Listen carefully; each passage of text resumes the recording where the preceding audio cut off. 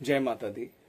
आज सप्तमी तिथि नवरात्र के आज मैंने देवताओं द्वारा देवी की स्तुति की और देवी ने किस किस रूप में दैत्यों का मर्दन किया। अब मैं देवी के चरित्र का पाठ और उनका महात्म्य बताता हूँ और इस नवरात्रि में उनका व्रत कैसे करें और उन्हें क्या स्वीकार है और क्या नहीं स्वीकार है, वो इस अध्याय में मैं आपको बताता हूँ। मैं तीनों नेत्रों में निवास करने वाली दुर्गा देवी का ध्यान करता हूँ। उनके श्री अंगों की प्रभा बिजली के समान सिंह के कंधे पर बैठी हुई भयंकर प्रतीत होती हैं। हाथों में तलवार ढाल लिए अन्य कन्याएं उनकी सेवा में खड़ी हैं। अपने हाथों में चक्र गदा तलवार ढाल बाण धनुष पास तर्जनी मुद्रा धारण किए हुए हैं।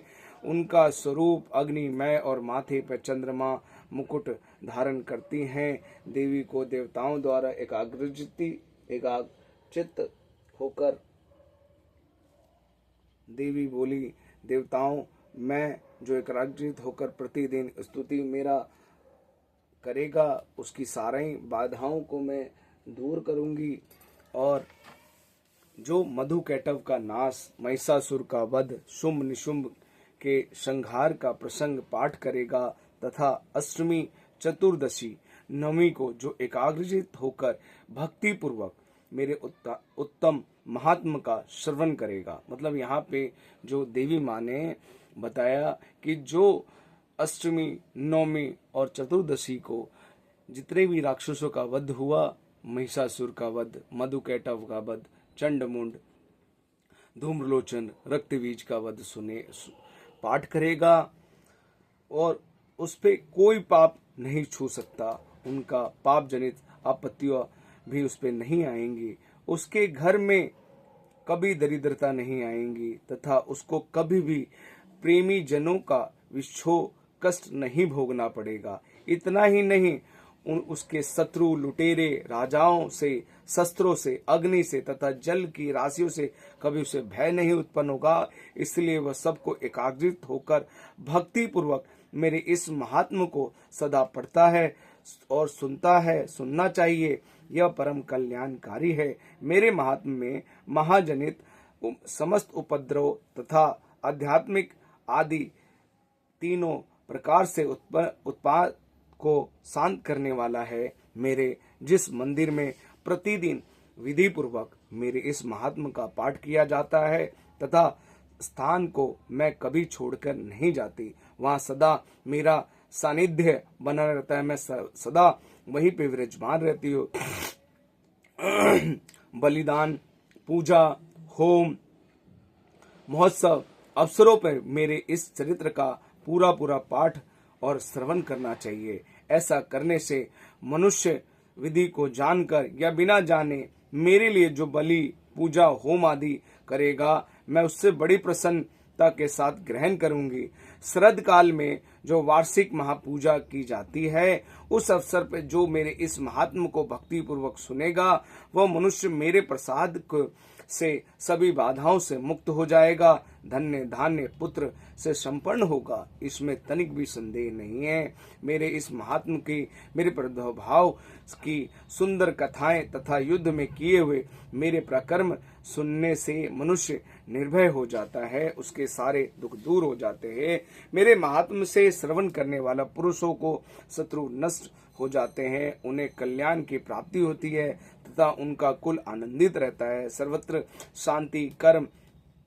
शांति कर्म में बुरे सपने दिखाई देने पर तथा ग्रह जनित भयंकर पीड़ा उत्पन्न होने पर मेरे महात्म का श्रवण करना चाहिए। इससे सब विघ्न, भयंकर पीड़ाएं सब नाश हो जाती है और मनुष्य द्वारा देखा हुआ दुर्स्वप्न, बुरे स्वप्न शुभ स्वप्नों में परिवर्तित हो जाता है। बाल कर्म में अग्रत हुए बालों के लिए यह महात्म शांतिकरण तथा मनुष्य के संगठन में फूट करने या अच्छी प्रकार से मित्रता करने वाला होता है। इस महात्म में समस्त दुराचारियों के बल का नाश करने वाला है।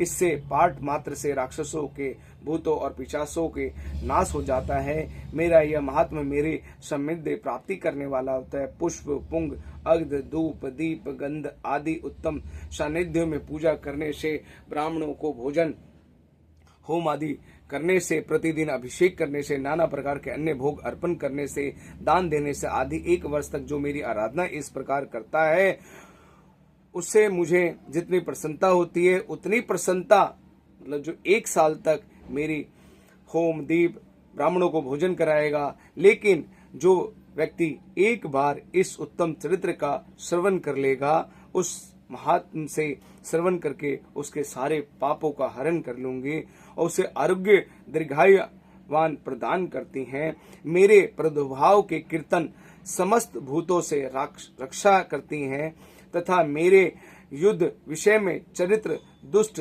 दैत्य का संहार करने वाला है। ऐसे श्रवण करने पर मनुष्य को शत्रुओं का भय नहीं रहता।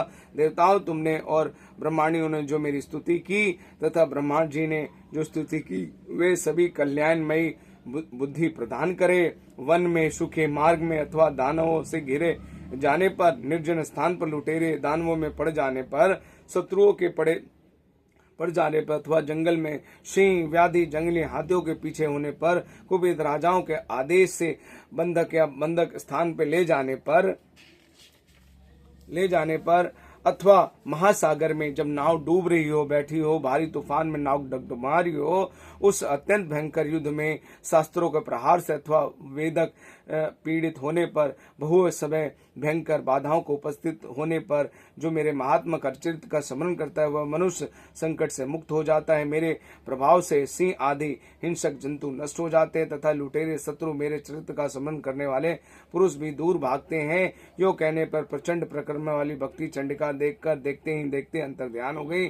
फिर समस्त देवता भी शत्रुओं के मारे जाने पर निर्भय को पहले ही भांति ज्ञान यज्ञ भाग का उपभोग करते हुए अपने अपने अधिकार का पालन करने लगे। संसार का विध्वंस करने वाली महाभय अतुल प्रकर्मी देव शत्रु शुंभ और महाबली निशुंभ युद्ध में देवी द्वारा मारे जाने पर दैत्य पाताल लोक को चले गए। राजा, इस प्रकार भगवती अंबिका ने नित्य होते हुए भी पुनः पुनः प्रकट होकर रक्षा करती हैं। वे ही इस विश्व को मोहित करती हैं और वे ही जगत को जन्म देती हैं। वे ही प्रार्थना करने पर संतुष्ट होती हैं, विज्ञान एवं समृद्धि प्रदान करती हैं। राजन, महाप्रलय के समय महामारी रूप में धारण करने वाली महाकाली ही है, इस समस्त को ब्रह्मांड में व्याप्त है। वे ही साथ में समय समय पर महामारी होती हैं और वही स्वयं अनजन्मा होती हैं। हे सृष्टि स्वरूपा प्रकट करती है, वही सनातनी देवी है, समय अनुसार सर्वभूतों की रक्षा करती है। मनुष्य के अभय का समय अभ्युत के समय वही